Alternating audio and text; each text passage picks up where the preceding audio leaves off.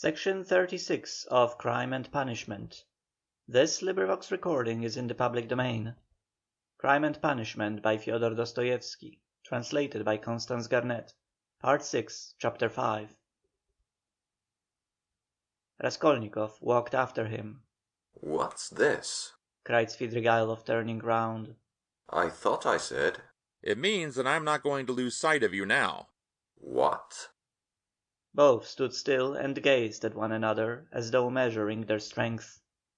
"From all of your half-tipsy stories," Raskolnikov observed harshly, "I am positive that you have not given up your designs on my sister, but are pursuing them more actively than ever. I have learnt that my sister received a letter this morning.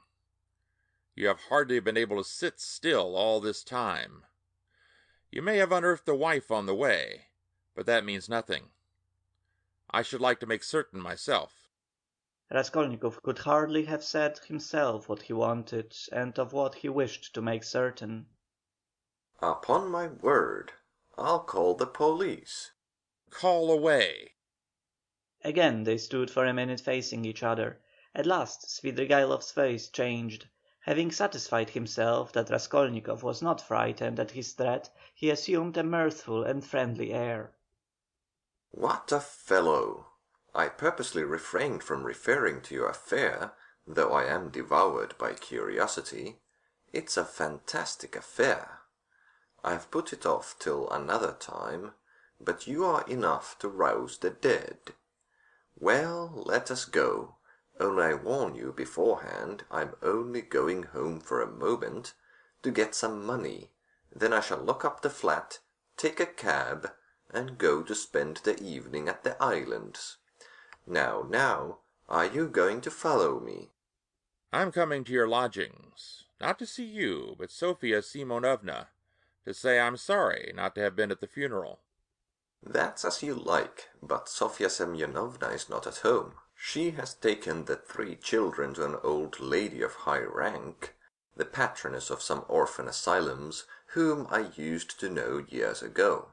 I charmed the old lady by depositing a sum of money with her to provide for the 3 children of Katerina Ivanovna, and subscribing to the institution as well. I told her too the story of Sofya Semyonovna in full detail, suppressing nothing. It produced an indescribable effect on her. That's why Sofya Semyonovna has been invited to call today at the X Hotel, where the lady is staying for the time." "No matter, I'll come all the same." "As you like. It's nothing to me, but I won't come with you. Here we are at home. By the way, I am convinced that you regard me with suspicion just because I have shown such delicacy, and have not so far troubled you with questions. You understand. It struck you as extraordinary, I don't mind betting it's that.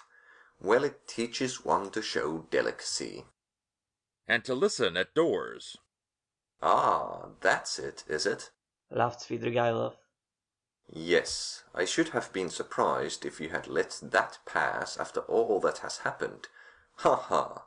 Though I did understand something of the pranks you had been up to and were telling Sofya Semyonovna about. What was the meaning of it? Perhaps I am quite behind the times and can't understand. For goodness sake, explain it, my dear boy. Expound the latest theories." "You couldn't have heard anything. You're making it all up." "But I'm not talking about that, though I did hear something. No, I'm talking of the way you keep sighing and groaning now. The Schiller in you is in revolt every moment, and now you tell me not to listen at doors. If that's how you feel, go and inform the police that you had this mischance. You made a little mistake in your theory. But if you are convinced that one mustn't listen at doors, but one may murder old women at one's pleasure, you had better be off to America and make haste. Run, young man. There may still be time. I'm speaking sincerely. Haven't you the money? I'll give you the fare." "I'm not thinking of that at all." Raskolnikov interrupted with disgust.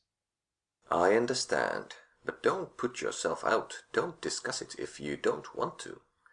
I understand the questions you are worrying over. Moral ones, aren't they? Duties of citizen and man. Lay them all aside.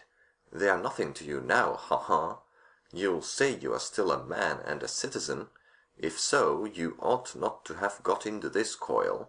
It's no use taking up a job you are not fit for. Well, you had better shoot yourself, or don't you want to?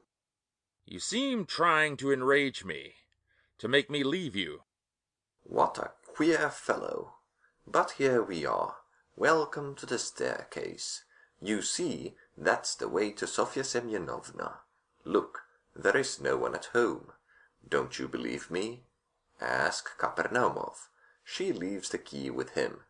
Here is Madame de Kapernaumov herself. Hey, what? She's rather deaf. Has she gone out? Where? Did you hear? She's not in, and won't be till late in the evening, probably. Well, come to my room. You wanted to come and see me, didn't you? Here we are. Madame Reslich's not at home. She's a woman who is always busy, an excellent woman, I assure you. She might have been of use to you if you had been a little more sensible. Now see, I take this 5% bond out of the bureau. See what a lot I've got of them still. This one will be turned into cash today. I mustn't waste any more time. The bureau is locked, the flat is locked, and here we are again on the stairs. Shall we take a cab? I'm going to the islands. Would you like a lift? I'll take this carriage. Ah, you refuse? You are tired of it. Come for a drive. I believe it will come on to rain. Never mind, we'll put down the hood. Svidrigaïlov was already in the carriage. Raskolnikov decided that his suspicions were at least for that moment unjust. Without answering a word, he turned and walked back towards the Haymarket. If he had only turned round on his way, he might have seen Svidrigaïlov get out not 100 paces off, dismiss the cab, and walk along the pavement. But he had turned the corner and could see nothing. Intense disgust drew him away from Svidrigaïlov. To think that I could, for one instant, have looked for help from that coarse brute, that depraved sensualist and blackguard, he cried. Raskolnikov's judgment was uttered too lightly and hastily. There was something about Svidrigaïlov which gave him a certain original, even a mysterious character. As concerned his sister, Raskolnikov was convinced that Svidrigaïlov would not leave her in peace, but it was too tiresome and unbearable to go on thinking and thinking about this. When he was alone he had not gone 20 paces before he sank, as usual, into deep thought. On the bridge he stood by the railing and began gazing at the water, and his sister was standing close by him. He met her at the entrance to the bridge, but passed by without seeing her. Dunya had never met him like this in the street before and was struck with dismay. She stood still, and did not know whether to call to him or not. Suddenly she saw Svidrigaïlov coming quickly from the direction of the Haymarket. He seemed to be approaching cautiously. He did not go on to the bridge, but stood aside on the pavement, doing all he could to avoid Raskolnikov's seeing him. He had observed Dunya for some time, and had been making signs to her. She fancied he was signalling to beg her not to speak to her brother, but to come to him. That was what Dunya did. She stole by her brother and went up to Svidrigaïlov. Let us make haste away, Svidrigaïlov whispered to her. I don't want Rodion Romanovich to know of our meeting. I must tell you I've been sitting with him in the restaurant close by, where he looked me up, and I had great difficulty in getting rid of him. He has somehow heard of my letter to you, and suspects something. It wasn't you who told him, of course, but if not you, who then? Well, we've turned a corner now, Dunya interrupted. and my brother won't see us. I have to tell you that I am going no further with you. Speak to me here. You can tell it all on the street. In the first place, I can't say it in the street. Secondly, you must hear Sofya Semyonovna too. And thirdly, I will show you some papers. Oh well, If you won't agree to come with me, I shall refuse to give any explanation and go away at once. But I beg you not to forget that a very curious secret of your beloved brother's is entirely in my keeping." Dunia stood still, hesitating, and looked at Svidrigaïlov with searching eyes. "What are you afraid of?" he observed quietly. "The town is not the country, and even in the country you did me more harm than I did you." Have you prepared Sofya Semyonovna? "No, I have not said a word to her, and am not quite certain whether she is at home now. But most likely she is. She has buried her stepmother to-day. She is not likely to go visiting on such a day. For the time I don't want to speak to anyone about it, and I half regret having spoken to you. The slightest indiscretion is as bad as betrayal in a thing like this. I live there in that house. We are coming to it. That's the porter of our house. He knows me very well, you see. He's bowing. He sees I'm coming with a lady, and no doubt he has noticed your face already, and you will be glad of that if you are afraid of me and suspicious. Excuse my putting things so coarsely. I haven't a flat to myself. Sofya Semyonovna's room is next to mine. She lodges in the next flat. The whole floor is let out in lodgings. Why are you frightened like a child? Am I really so terrible?" Svidrigaïlov's lips were twisted in a condescending smile, but he was in no smiling mood. His heart was throbbing and he could scarcely breathe. He spoke rather loud, to cover his growing excitement. But Dunya did not notice this peculiar excitement. She was so irritated by his remark that she was frightened of him like a child, and that he was so terrible to her. Though I know that you are not a man of honour, I am not in the least afraid of you. Lead the way," she said with apparent composure, but her face was very pale.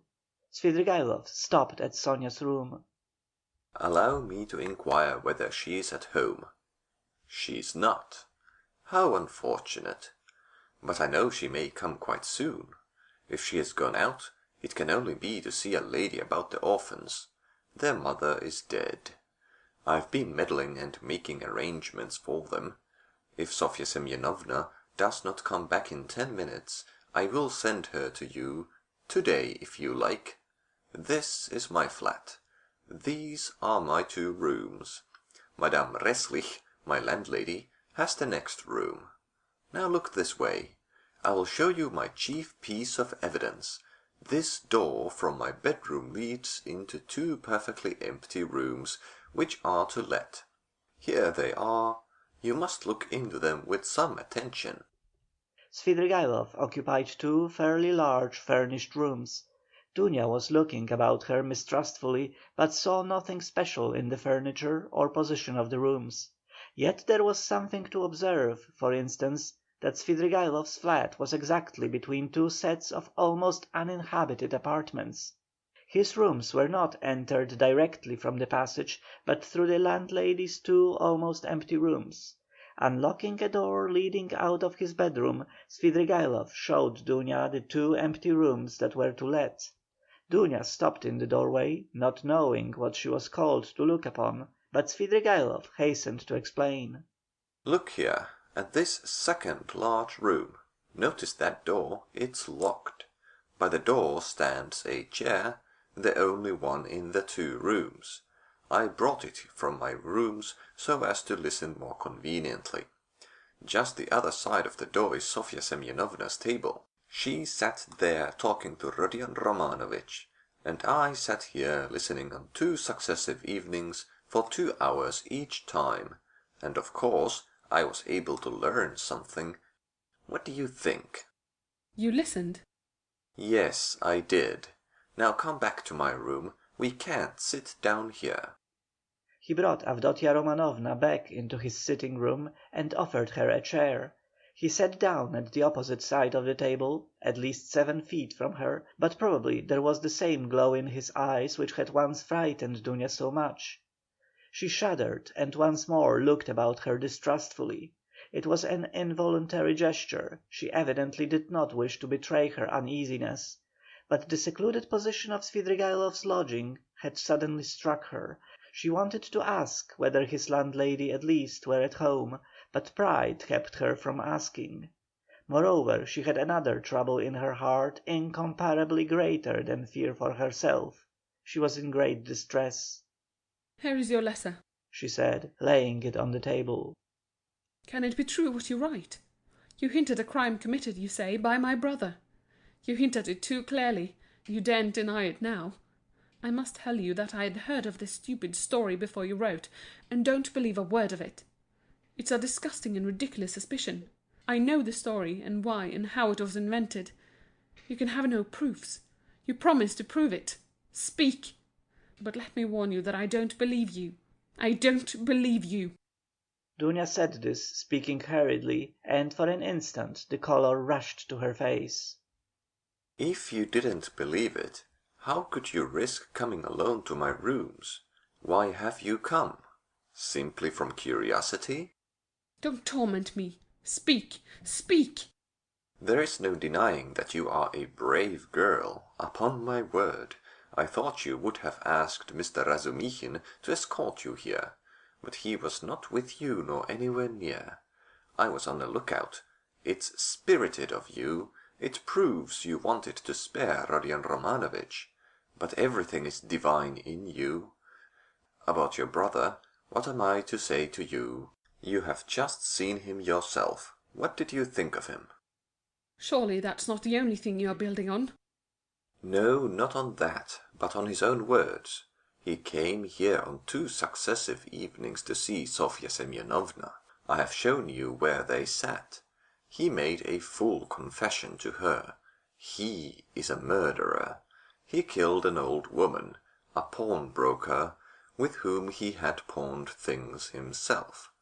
He killed her sister too, a peddler woman called Lizaveta, who happened to come in while he was murdering her sister. He killed them with an axe he brought with him. He murdered them to rob them, and he did rob them. He took money and various things.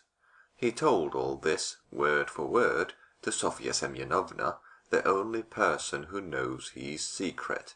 But she has had no share by word or deed in the murder.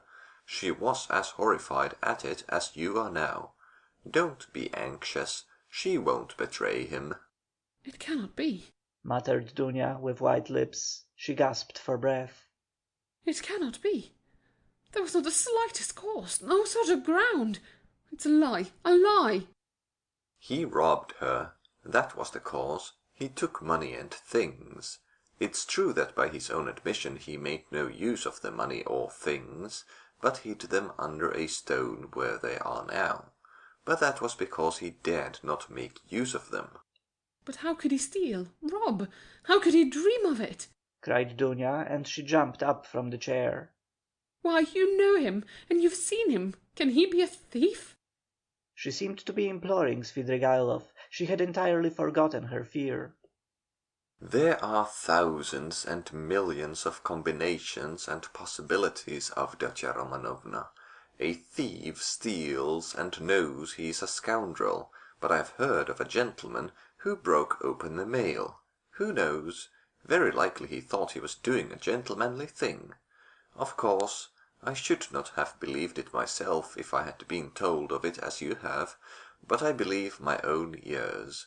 He explained all the causes of it to Sofya Semyonovna too, but she did not believe her ears at first, yet she believed her own eyes at last.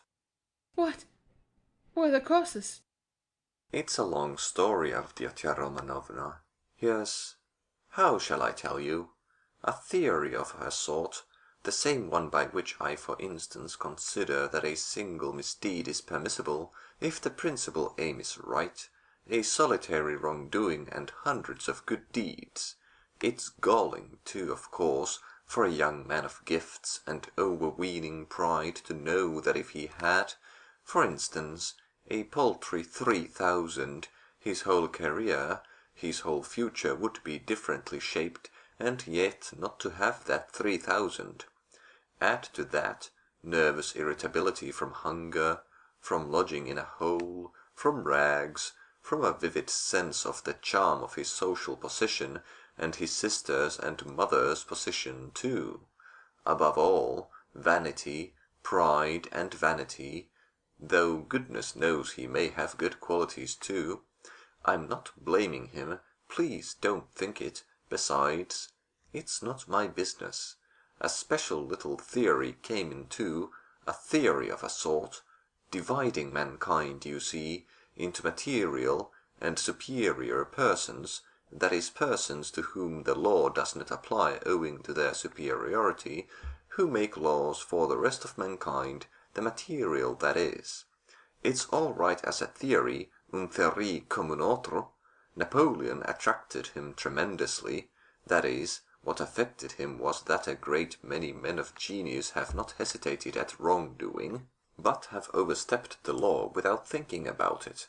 He seems to have fancied that he was a genius too, that is, he was convinced of it for a time. He has suffered a great deal, and is still suffering from the idea that he could make a theory, but was incapable of boldly overstepping the law, and so he's not a man of genius, and that's humiliating for a young man of any pride, in our day especially. But remorse? You deny him any moral feeling, then? Is he like that? Ah, Avdotya Romanovna, everything is in a muddle now. Not that it was ever in very good order. Russians in general are broad in their ideas, Avdotya Romanovna, broad like their land and exceedingly disposed to the fantastic, the chaotic. But it's a misfortune to be broad without a special genius. Do you remember what a lot of talk we had together on this subject, sitting in the evenings on the terrace after supper?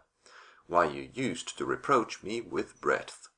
Who knows, perhaps we were talking at the very time when he was lying here thinking over his plan. There are no sacred traditions amongst us, especially in the educated class, Avdotya Romanovna. At the best someone will make them up somehow for himself, out of books, or some old chronicle. But those are for the most part the learned and all old fogies, so that it would be almost ill-bred in a man of society. You know my opinions in general, though. I never blame anyone. I do nothing at all. I persevere in that. But we have talked of this more than once before. I was so happy indeed as to interest you in my opinions. You are very pale, Avdotya Romanovna. I know his theory. I read that article of his about men to whom all is permitted. Razumihin brought it to me. Mr. Razumihin? Your brother's article? In a magazine? Is there such an article? I didn't know. It must be interesting. But where are you going, Avdotya Romanovna? I want to see Sofya Semyonovna. Dunya articulated faintly. How do I go to her? She has come in, perhaps. I must see her at once. Perhaps she... Avdotya Romanovna could not finish. Her breath literally failed her. Sofya Semyonovna will not be back till night. At least I believe not. She was to have been back at once, but if not, then she will not be in till quite late. Ah, then you are lying. I see. You are lying, lying all the time. I don't believe you. I don't believe you, cried Dunya, completely losing her head. Almost fainting, she sank on a chair which Svidrigaïlov made haste to give her. Avdotya Romanovna, what is it? Control yourself. Here is some water, drink a little. He sprinkled some water over her. Dunya shuddered and came to herself. It has acted violently. Svidrigaïlov muttered to himself, frowning. Avdotya Romanovna, calm yourself. Believe me, he has friends. We will save him. Would you like me to take him abroad? I have money. I can get a ticket in 3 days. And as for the murder, he will do all sorts of good deeds yet, to atone for it. Calm yourself. He may become a great man yet. Well, how are you? How do you feel? Cruel man! To be able to jeer at it! Let me go! Where are you going? To him. Where is he? Do you know? Why is this door locked? We came in at that door, and now it is locked. When did you manage to lock it? We couldn't be shouting all over the flat on such a subject. I am far from jeering. It's simply that I'm sick of talking like this. But how can you go in such a state? Do you want to betray him? You will drive him to fury, and he will give himself up. Let me tell you, he is already being watched. They are already on his track. You will simply be giving him away. Wait a little. I saw him, and was talking to him just now. He can still be saved. Wait a bit. Sit down. Let us think it over together. I asked you to come in order to discuss it alone with you, and to consider it thoroughly. But do sit down. How can you save him? Can he really be saved? Dunya sat down. Svidrigailov sat down beside her. It all depends on you. On you alone. He began with glowing eyes, almost in a whisper, and hardly able to utter the words for emotion. Dunya drew back from him in alarm. He, too, was trembling all over. You. One word from you, and he is saved. I'll save him. I have money and friends. I'll send him away at once. I'll get a passport. 2 passports. One for him and one for me. I have friends. Capable people. If you like, I'll take a passport for you. For your mother. What do you want with Razumichin? I love you too. I love you beyond everything. Let me kiss the hem of your dress. Let me. The very rustle of it is too much for me. Tell me, do that, and I'll do it. I'll do everything. I will do the impossible. What you believe, I will believe. I'll do anything. Anything. Don't look at me like that. Do you know that you are killing me? He was almost beginning to rave. Something seemed suddenly to go to his head. Dunya jumped up and rushed to the door. Open it! Open it! She called, shaking the door. Open it! Is there no one there? Svidrigailov got up and came to himself. His still trembling lips slowly broke into an angry, mocking smile. There is no one at home, he said quietly and emphatically. The landlady has gone out, and it's waste of time to shout like that. You are only exciting yourself uselessly. Where is the key? Open the door at once, base man.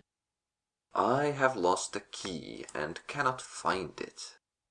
This is an outrage, cried Dunya, turning pale as death.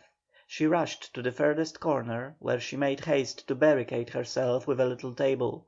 She did not scream, but she fixated her eyes on her tormentor and watched every movement he made. Svidrigailov remained standing at the other end of the room facing her. He was positively composed, at least in appearance, but his face was pale as before.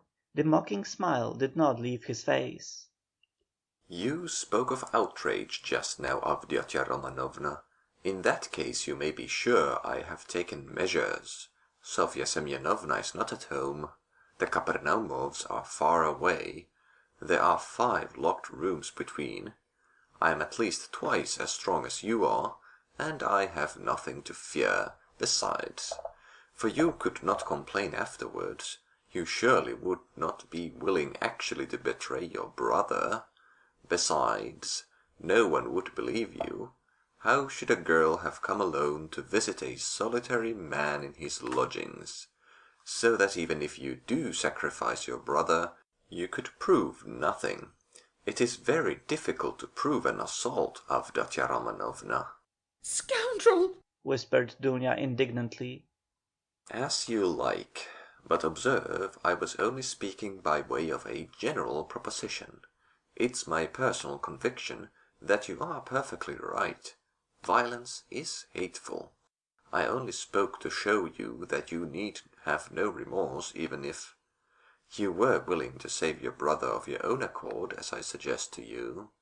You would be simply submitting to circumstances, to violence, in fact, if we must use that word. Think about it.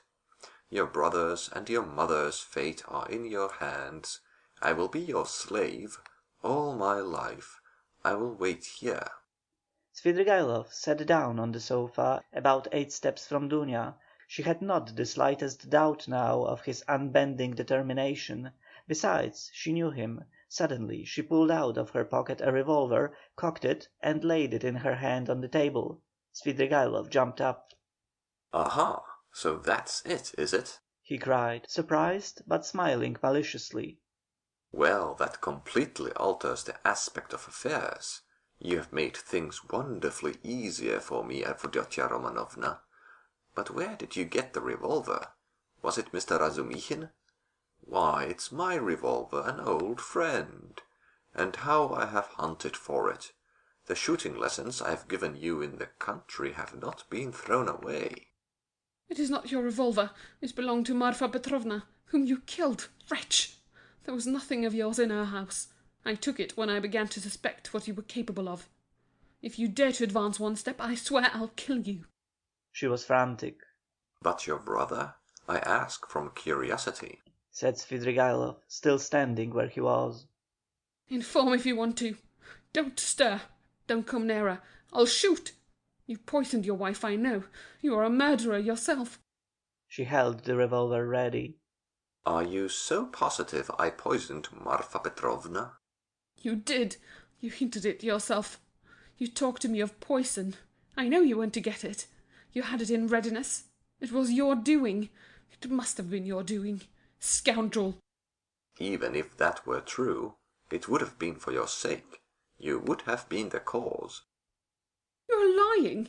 I hated you always, always. "Oh ho, Avdotya Romanovna.